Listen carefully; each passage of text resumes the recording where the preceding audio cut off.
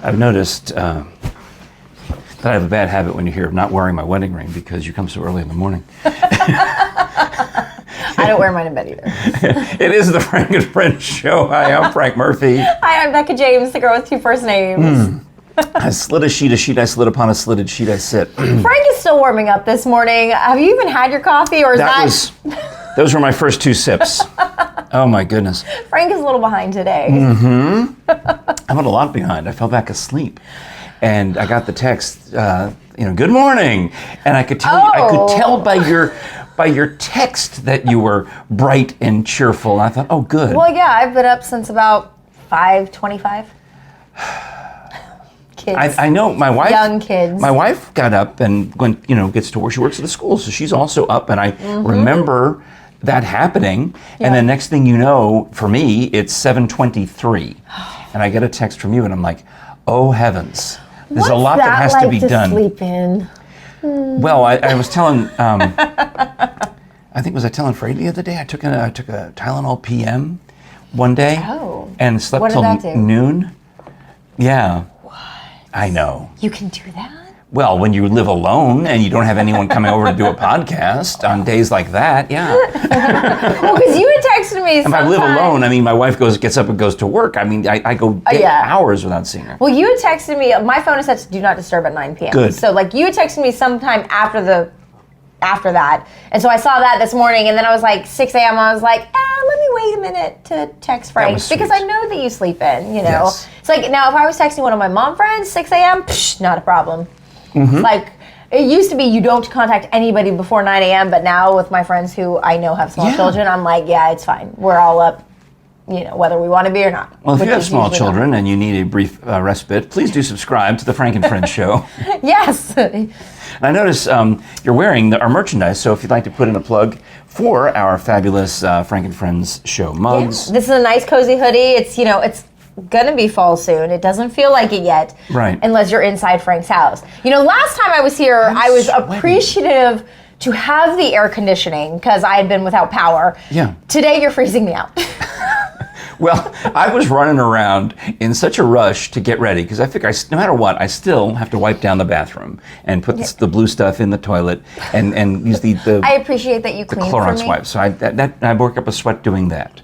And then, I took my shower. This is all in the time between 7:23 and 8 o'clock when you arrived. And then I had to run around and I went outside trying to So 37 minutes, you were able to accomplish all of that? Well, a lot of it. I'm impressed. That's what I'm saying. 37 minutes.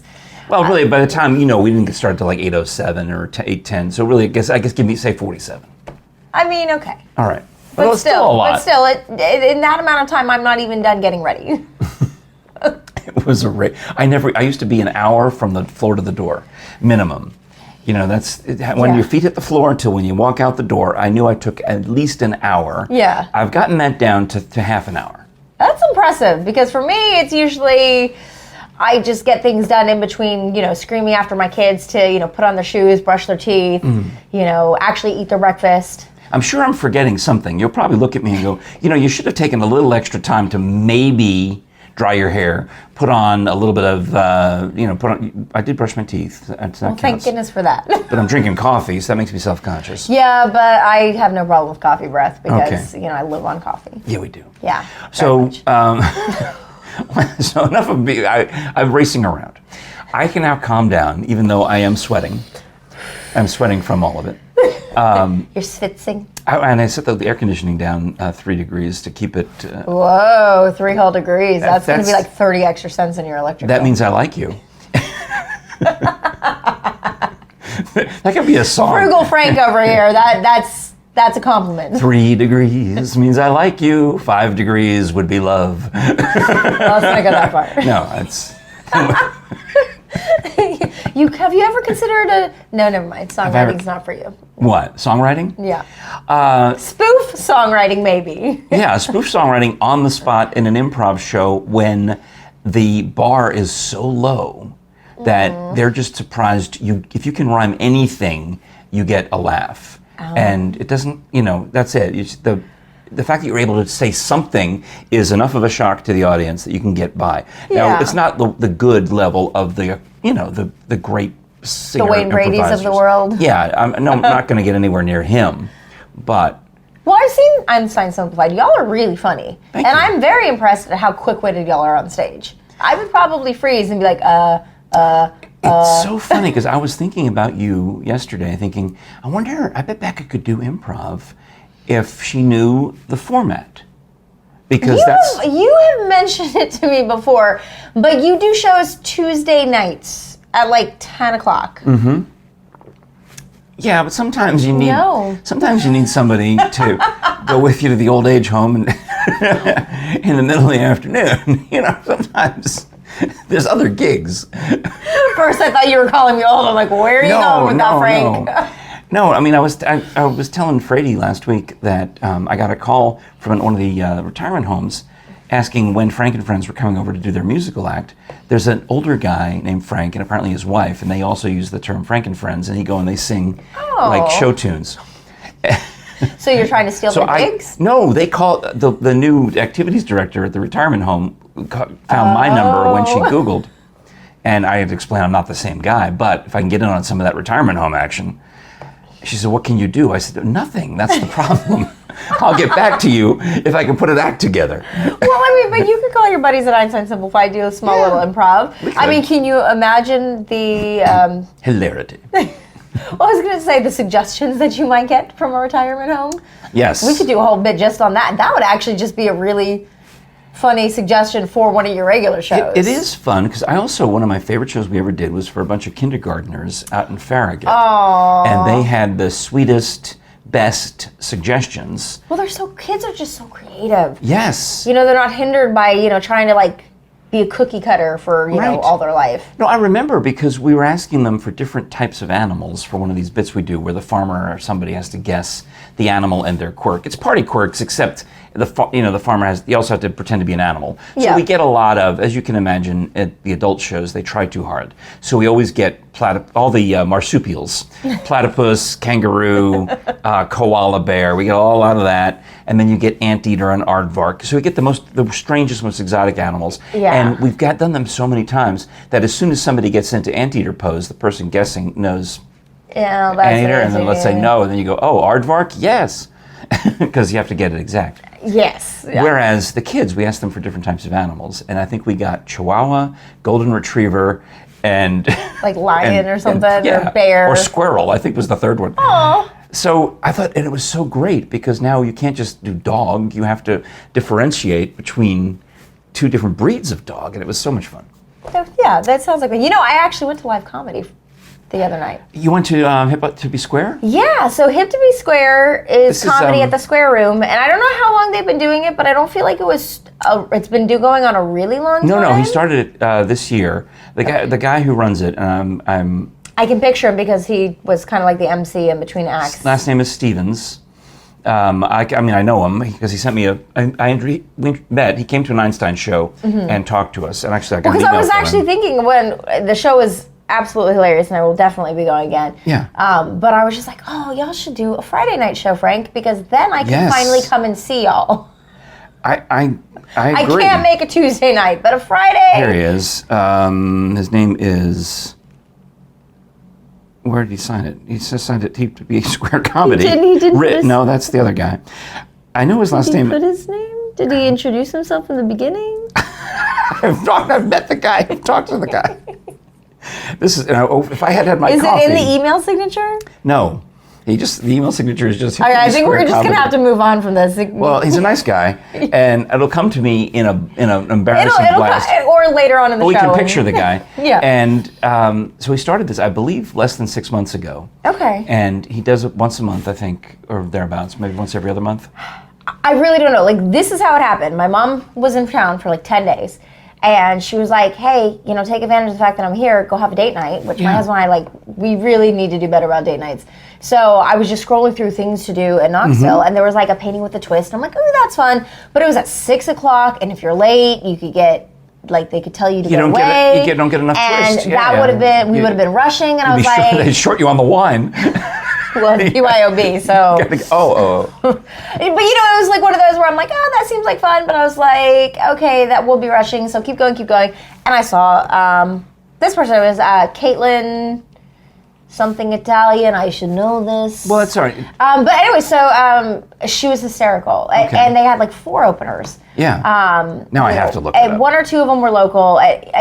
By the end of the night, like my cheeks hurt from laughing. And a photo of my husband and I made the Facebook page. And I only found out because another friend of mine messaged me the photo saying, "Look, you're on the Facebook page." And for the event? Hip to Be Square event. Oh, yeah, that's nice. So I was like, "Oh, that's kind of cool." And like apparently, I laugh with my eyes closed. So I learned that. Let's see. So now I will forever like try to laugh with my eyes. Apparently, his last name is not Stevens. Why am I struggling today? Because you haven't finished that first cup of coffee. That's right. And you've been up for maybe an hour tops. Yeah, well, it's coming up on 1 hour. I just hit my 1 hour anniversary. Your anniversary of being up for an hour. Wow, you celebrate every little thing. What you got to do? You haven't missed any anniversaries with Jerry, have you? No. Okay, that's good. I can't even. All right, it's too much. It's just Knox Comedy. You have to be square. Look.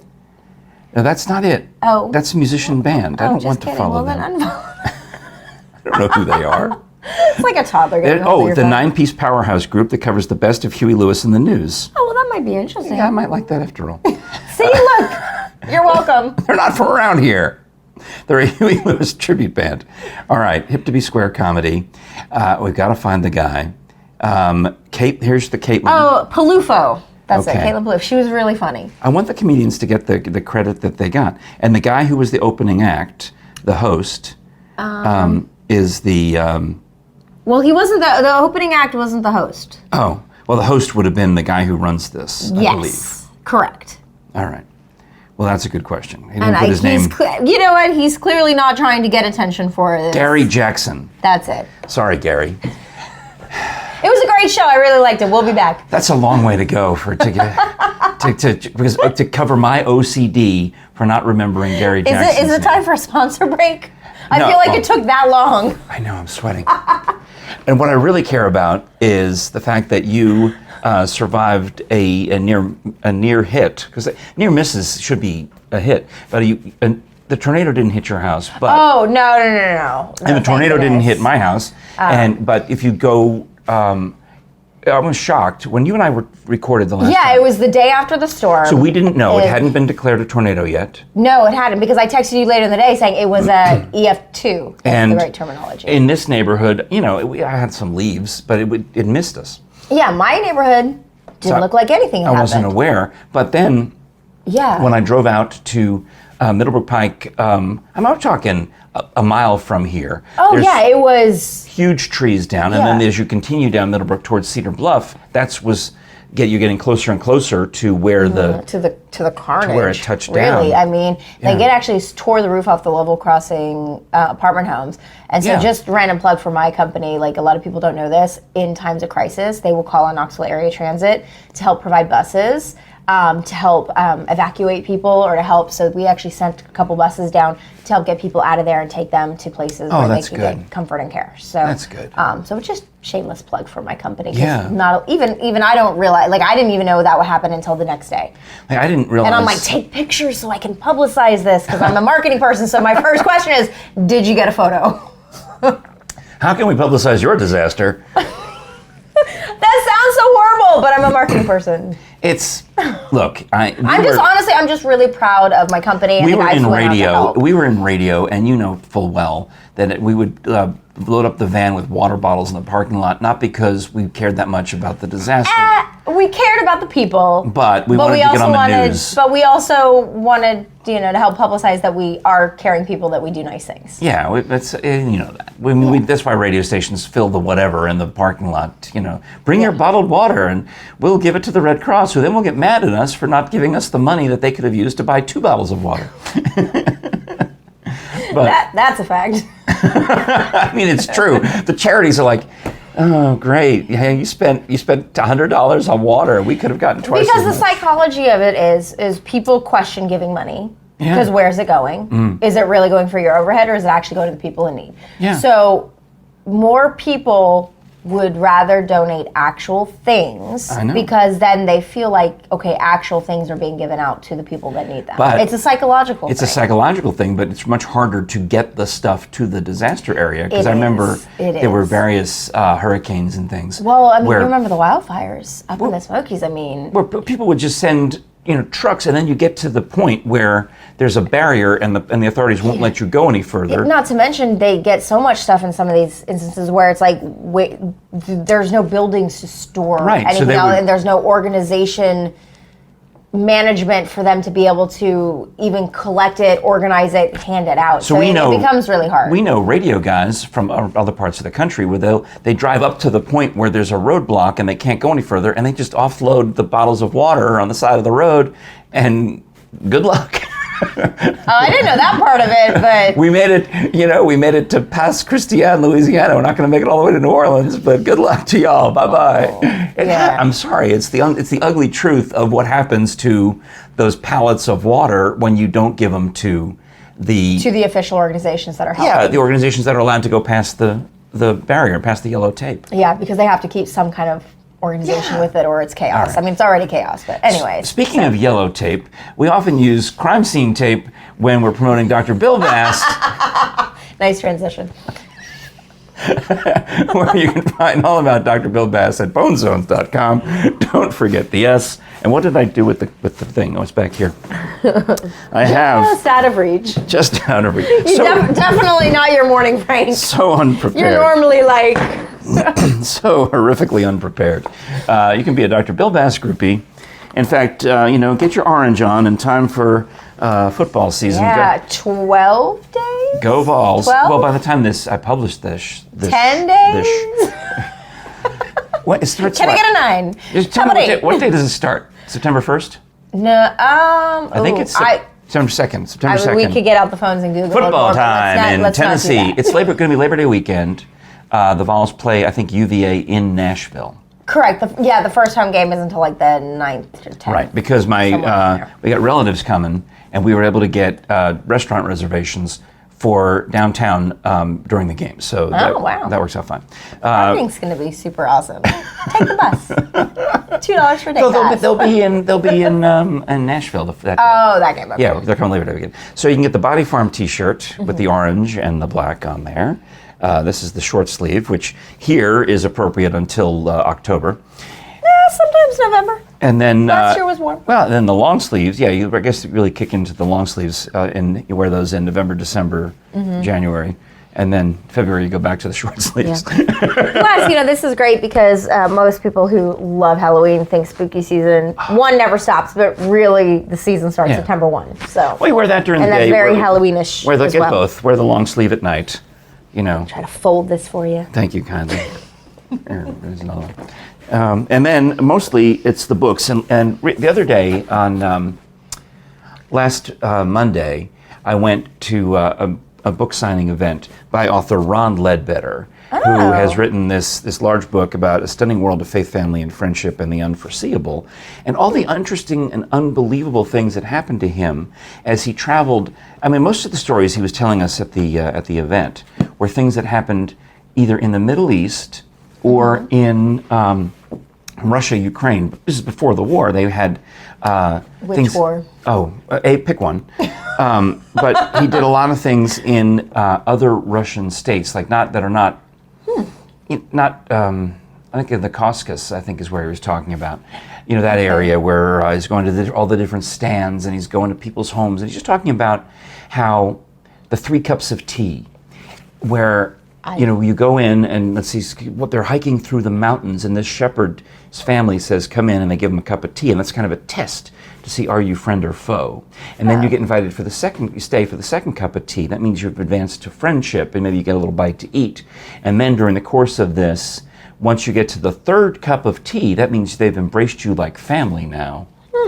And you are clearly friend. And is this all within one sitting, or is like to come back? No, that's what I thought. I thought it was like you have to come back 3 times. No, this is in the course of it. It's like your 1st cup, 2nd cup, 3rd cup of tea. This is they're gauging. Are we friends, foe, or family, or where do you fit on that? So that's an interesting, fascinating thing, a tradition. And they didn't even speak the same language as some of these folks because they are communicating. I said, what about Google Translate? He's like, you're in the mountains of... You're not getting Wi-Fi? of Eastern Europe or Western Asia. They don't have some kind of satellite dish? He's like, no, you say, hungry? Cold, may I go? Everyone knows toilet. That's okay. You use different gestures and things. And it was absolutely fascinating. So anyway, he'll be doing more of these signings. So you look for Ron Ledbetter. Just don't read that in bed, because when it falls on your face, that one's going to hurt. It would. I can picture that. So and you get that autograph. Why am I bringing that up? Because bonezones.com is working with Ron. Okay. As we are also working with Sam I forgot Venable. This was the ad part. Yeah. I was just interested in the book. Oh, good. As we're also working with Sam Venable and Bill Landry and some other authors to help them with their book signings. And we're still going to have, even though Dr. Bass is retired from public speaking, we're still going to do presentations about his work. Yeah. Meaning, like I've got the cremation lecture ready to go. Put you in, Coach. Just saying, it's hot because it's about cremation. So we'll have more events coming up. Bonezones.com.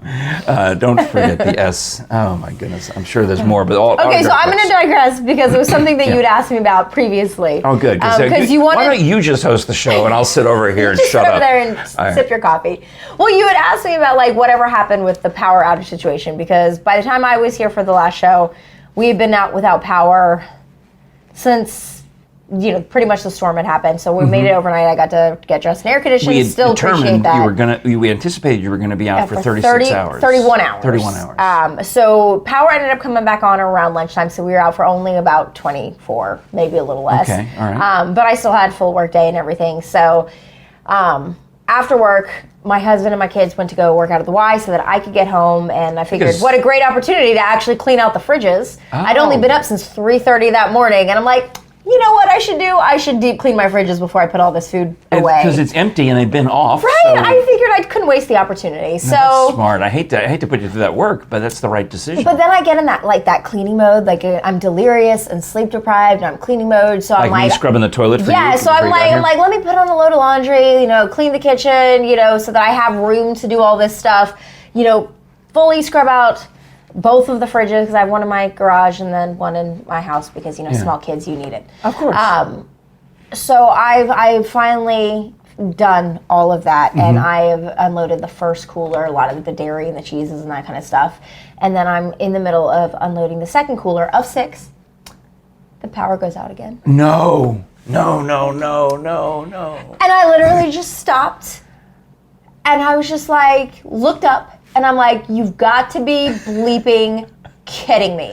And at the same I think that's an Italian prayer. I think it comes from that half of the family. I'm pretty sure. Yeah, the Saint Duck. And of course, right after that, I get a text from my husband, hey, we're on the way home. So power's out again. I just finished all of this. The kids and family are coming home, and I'm like, so I'm just doing my... putting everything back in the coolers that I just unloaded. Yeah. Then I text my husband, I'm like, we're going out to dinner, the power's out again. And of course, now I really, I look ripe, I probably smell ripe, I don't care at this point, so... No air conditioning, you've been working, you're probably just absolutely drenched. The house was air conditioned at that point, so, because the air had come on around lunchtime. So it had been on for a few hours by the time I got home to cooled off the So place. at least... Yeah, so at least it wasn't super hot in the house. However, it wasn't that wasn't a heat wave day. We didn't have one of those 95, 97 degree days. No, it was in the 80s though. It was a warmish day and humid. Yeah. So anyway, we take the kids. We go to the McDonald's. We're like, all right, because at this point I was gonna start getting food ready and I couldn't. So we ended up going to McDonald's, and I'm like, please let the power come back on. And luckily it did. We actually passed 2 line trucks on the way out, and we think they were over to like down a side street.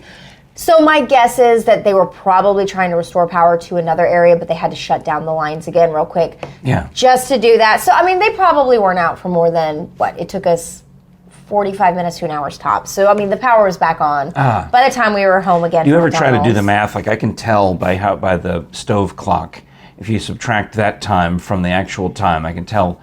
Sometimes, but not in that state. I was just so tired and exhausted because literally we got home. I told my husband, I was like, I'm going to help put the food away, and then I'm done. because I had already been doing all this cleaning prior to. So I was like, we're putting the kids to bed. I'll help unload put the food back in the fridge, and then I'm done. I'm like, you have to clean out the coolers and do all that. I'm like, I can't do it.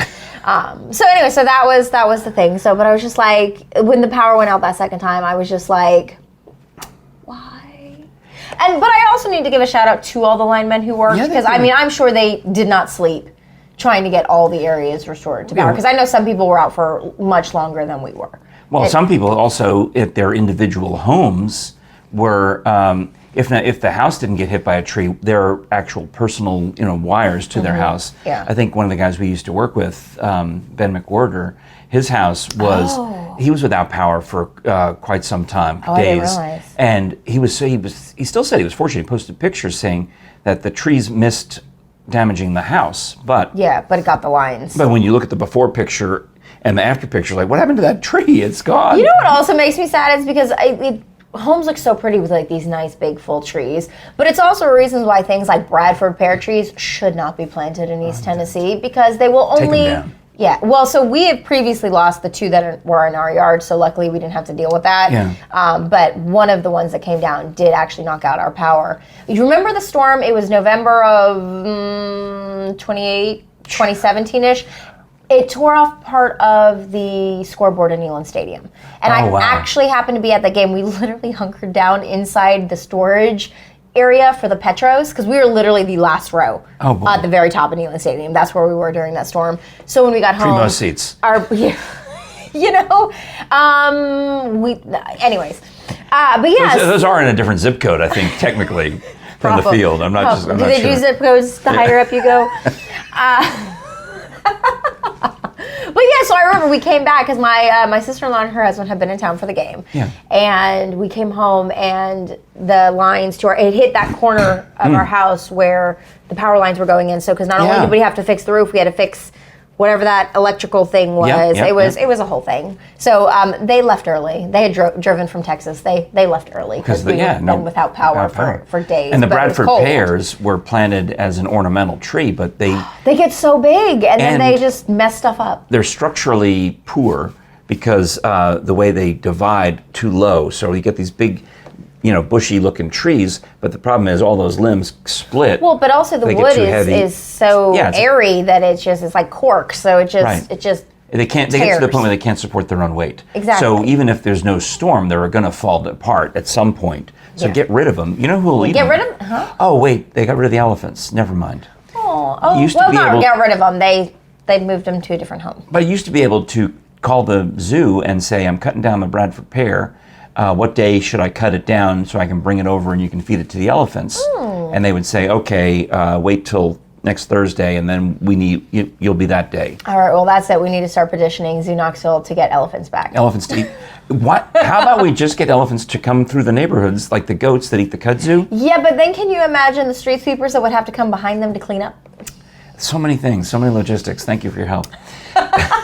Well, I did do event planning for a while. But I have noticed, I think we talked about this, that when you see a lot of these trees that did come down in the storm, it is kind of surprising when you realize, that tree was sick on the inside. Oh, yeah. A lot of those big, beautiful maple trees, or like the Bradford pears, or maybe even there was something going on. The oaks, they probably had to come down. And my wife had that fear. We had ours cut down, our big maples cut down, because my wife's like, I don't want that falling on my house. We're going to cut it down now before it gets sick, all the way sick. So when we replaced our Bradford pears, we put a crepe myrtle in the front yard. Those are pretty. And we spent the money to purchase a more mature tree so that it's already full bloom and everything. Oh, wow. And then I forget the kind that we put in the backyard, but it was somebody that at the nursery, they told us, it was like 6 foot tall when we bought it 5 years ago, and that thing is already like 20 feet tall. Okay. But it's something that's supposed to have a really good root system, so the roots go down, and it's supposed to be really strong. Is it a shade tree, like a tulip poplar or an oak or a... Why am I Mr. Gardening all of a sudden? Who cares? You can talk. Well, my husband is the gardener in our house, so you can ask him what kind of tree it is. But yes, it does provide lovely shade now. So...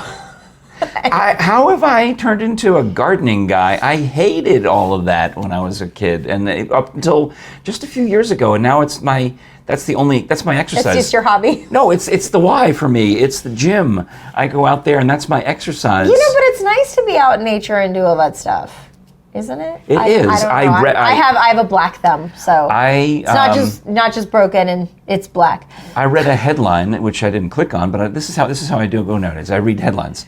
I'm like, oh, that's interesting. People who stay outdoors, up I think it's 3 hours a week minimum, live longer. Oh. Now, I don't know if that's true when we're having a heat wave and it's 97 degrees, but at least we're not in Texas. Is it worse? So my Texas, my mom right? was just in from Texas. Yeah. Everything's bigger in Texas. Oh, that's so what it shut is. your mouth. That's what it was. No, but it was literally like 110, and she was here, and it was cool, like in the 60s overnight. She's like, "Oh my gosh!" I'm like, "See, Mom, you should just move here." My friend Bean will love the weather talk. Yeah. He hates the fig talk, but he loves the weather talk. Yeah. Well, it's delightful at night here. Yes. Oh, it is. But so I'm out there as gardening guy. Yeah. It's my exercise. You're trying to live longer. You're getting exercise. It's checking all the boxes. But I've found these little ways to get excited about it. Like, for example, what do you do with your peach pits?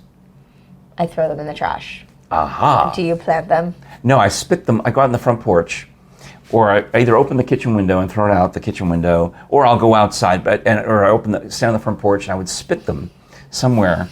So if you're driving by, Frank's not actually spitting at you. No, he's just spitting out his peach pits. Spitting out peach pits. So I'm Why? trying to land them somewhere, and I did this for a couple of years, and I didn't really know what I was doing, but this year, I have, in the course of pulling weeds, noticed 4 baby peach trees that were growing up, seedlings growing up among the daylilies. That's why I went out to get this daylily today to check on see if there's any more peach plants. Or they'll come up between the liriope grass, the monkey grass. So you're trying to grow an orchard in your front? My wife is stressing. My wife says to me, "Wait a minute, you need to slow down on the peach trees," because she bought me a peach tree for my birthday a couple of years ago, and so far we've gotten a grand total of 4 peaches, 2 of which were edible. One got stolen by animals, one was underripe. So 2 edible peaches I've gotten off of this thing. Well, the one from 2 years ago, I planted that pit, and I knew where I'd planted it, and it grew to the point where I picked it up, dug it up, transplanted it. Now I've got a second peach tree looking thing. It's a baby, but I've got 2 in the yard. You're eventually gonna buy the houses next to you, bulldoze them down, create your own little orchard here in the middle. Bad idea. Well, Shanna, 2 doors down, who used to work for the Tennessee Valley Fair. Oh yeah. She has an apple tree and a peach tree and a nice garden. We should go visit her. Well, anyhow, Gotcha. so now, and then I found these other little seedlings, and I told my wife that I found another one, and she starts doing the math. She says, "How many does that make?" Because including the big ones, that's 1, 2, and now 3 seedlings. You'll attract all the birds. 4. So I think we technically have 5 peach trees going. Well, there you go, Bean. He's gonna be talking about peaches instead of figs forever. But they're not all going to make it. I mean, they can't all make it. They can't? That's the circle of life. They can't all survive. I don't know. How invasive are they? Are they like the kudzu? Oh, that's a good question. Well, see, they are. They struggle in this area in the spring. They tend to bloom too early, and then the first cold snap we get, like in April, kills them. Yeah, because you don't get a lot of fruits. You got to do something. I don't know. It's complicated. Peach trees are a lot more complicated than figs, which are self-pollinating. They kind of grow like weeds. Gotcha. So if you really want to cultivate peaches, you're going to actually have to do some work. Right. But it is high on my list of favorite fruits that start with P. Well, sorry, random side note, because you were talking about fruits and field trips and all that, and it reminded me is when we went to Andy's in Sevierville. Andy's Frozen Custard. So, which they're supposed to be opening. Oh, when we went, you mean you and I went? Yeah, we went. I was there. It was fun.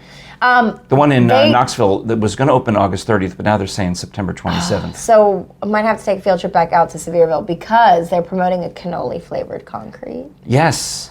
It's another race car one. Yeah. The other race car driver, we were there on the day that they had the banana and cookie dough guy. We don't know his name, but we know his flavor. He was the number 3 car. He bought it from, or they got it from Dale Earnhardt. I don't know. He's driving the old number 3, and it's the Andy's Frozen Custard car. So that driver got to make a flavor based on some pun from his name, and it was banana, cookie dough, and peanut butter. Yeah. Now, other race car driver, the other Andy's car, which is a different number. Whose name I also don't know, but cannoli. They had me at cannoli. I think his name may be similar to cannoli. I don't know. Well, so you got to go. It's a limited I didn't time. get past cannoli and was reading what's in it, and I was like, What I'm saying I is- literally told my husband before we went to bed, by the way, we have to go back to Severe Old Andy's because I have to have this treat in my life. What I'm saying is it's a limited time offer. You got to Exactly. go. So that's why I can't wait. We've got season passes to Smoky Mountain Water Park. Cannoli so we'll make it Thunder out there. Concrete, inspired by Andy's partnership with Alfredo. With Alfredo. Alfredo what?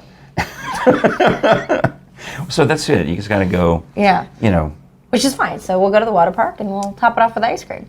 Okay. It's like, wouldn't be the first time that we had ice cream for dinner as a family. Oh, that's like, We went to the hot air balloon, the Smoky Mountain hot air balloon this past weekend, and which was super fun, but it was really hot, and it was bring your own shade. Thank goodness we had brought an umbrella or two with us.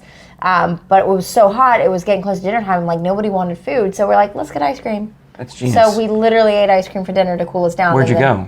It was just a food truck. Oh, because there's a new ice cream place over there on the quiet. No, this was peaceful at the side of Smoky Mountain Smokies. hot air balloon show. That's on the So- peaceful side of the Smokies in Townsend. Yes. And there's a new ice cream shop. Oh, yeah. So we pulled into that area because my kid had to go to the bathroom on the way home. Like, literally 3 minutes in the car. Any parent with a small kid understands that. Do you have to go? Do you have to go? No.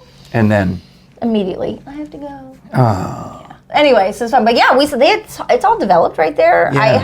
We hadn't been out in Townsend in a couple of years. So. that's where is. there's the highly rated glamping joint, Little Arrow Resort. There's a little brewery over there now, I think. Yeah, it's really, I've they're always also- loved Townsend, but it's grown a bit. But they're and trying to that surprised me. keep it medium, not get Pigeon Forge. No, yeah, you don't want it. Yeah. Let Pigeon Forge be Pigeon Forge. Did I send you that video of a wealthy woman goes to Gatlinburg? Oh my gosh, you did. This is a comedian named Leah Rudick, and she puts on this fake character called Wealthy Woman, and she goes, Yes. she does these bits about going to Waffle House or Cheesecake Factory or Going to places that we love and just Cracker Barrel. what a rich person would think about them. Right. Yeah, she describes Cracker Barrel as like a restaurant for hillbillies with a gift shop or something like that attached. I forget what it was. Or so all these ones, and then different locations too, including Gatlinburg and a few other choice vacation spots. Yeah. I mean, So- it's funny because there's a little bit of truth in it. Well, that's my comedy. Comedy has to have some truth in it. Truth and comedy, comedy and truth. And when you said balloon festival, I lit up because there's another balloon festival coming up over Labor Day weekend. Oh. This one's in Von Orr. It's in Monroe County.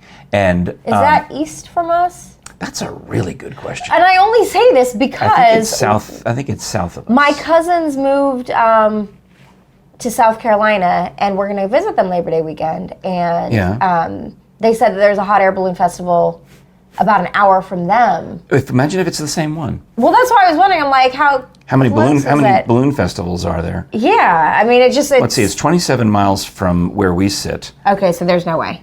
So it's a different one because they're in close to Greenville. Yeah, so this is down by like the Lost Sea or south of here. Oh, okay. So we'll take 411, it looks like. So that's, I think, somewhere in Von Orr, I believe. Definitely is where check it that out. is. It was really cool. I'd never seen a hot air balloon in person. Yeah. The only thing that made me a little sad is my kids were too young to go on. Actually, they were giving rides. You have to pay. They're tethered. Yeah, but you pay like $10 or something. It was like that? 25. It wasn't cheap, but I was like, that's a really cool experience. I'd pay for that. But my kids have to be a bit older. Yeah. However, there was one hot air balloon that was kind of over in the general public area that you could get to, and they let you approach the basket and everything. And so they have they don't actually have like an opening to the baskets anymore, probably for safety reasons. But they have kind of like a step, like think of it like a stirrup built into the basket. I know. What do you say they don't have openings in the basket anymore? Is that because you've been in a hot air balloon, or because we've all seen the cartoons and the Wizard of Oz where it has It's the cartoon. Look, whether they used to have them or not, I don't know. It's just in my brain they used to have an opening. a door? A door, and they don't. Peter Potamus would sail the world.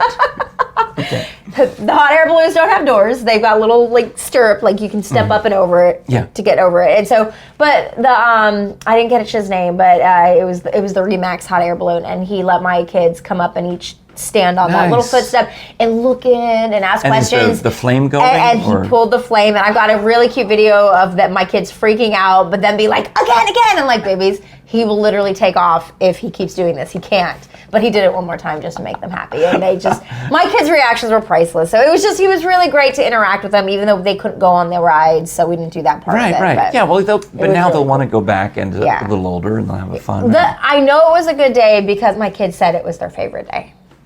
So. Well, on that note, we'll wrap because we got your power back on. We got your kids had their favorite day.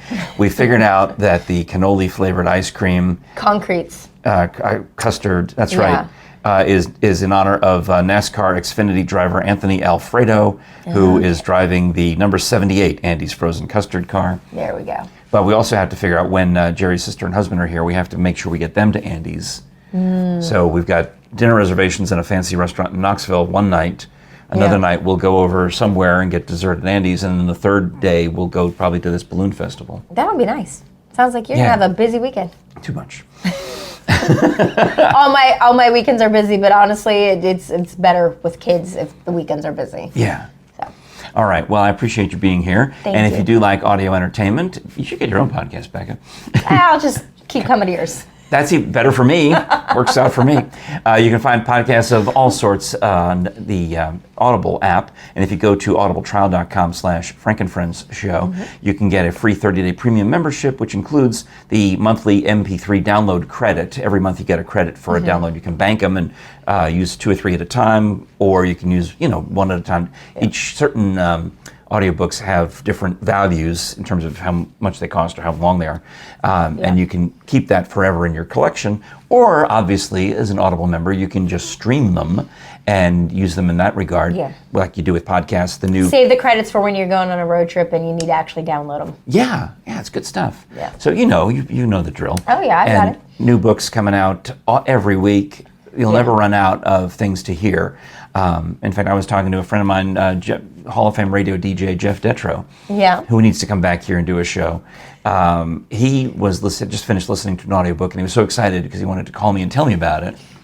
Because I got mentioned in the last chapter. He's like, finally, I listened to the whole thing waiting for them to say your name. I'm like, well. That's the tease. They make him listen to the whole thing just to hear your name, Frank. I know. It was exciting. It was a book about radio by Mark Thompson of Mark and Brian, who's also a Hall of Fame radio DJ, as is Bean. So now I've Total mentioned side note, do you know who Artie Woo Ginsburg is from Boston? He's in the, tell me more. He was famous for... Saying woo-woo? Don't say woo-woo. I'll bring you the book. Okay. So he's very famous local Boston DJ, and so my cousins who moved to South Carolina were connected. Oh, that's fantastic. Yeah. Well, anyway, maybe he's got an audiobook of Artie Woo-Woo Ginsburg. You can listen to that too. Go to audibletrial.com/FrankandFriends show, and do check out our lovely merchandise, including, I forgot to mention the beach towel. At the end of summer. Is it going to be clear because it's the end of summer? Sometimes we run a sale. We ran a sale. They just ran one. At the beginning. Yeah, last time you were 2 times ago. But so we'll you see. can get the hoodie for fall. It's super cozy. Got the t-shirts, got the beach towel, which I'm thinking, I had this idea that I need to talk to you about where we can go to an event and maybe hang out. I thought I could bring the beach towel and pretend it's a banner. Oh. And we tack it up above the stage and do our shtick. That would make sense. That's what I was thinking. Or I could bring the canvas print. That's off-air business. We'll get to that momentarily. I don't know if you can tell, but I've woken up. It's taken 40 minutes, but I'm now awake. It is the Frank and Friends show. I'm Frank Murphy. I'm Becca James. And we'll talk to you again next time.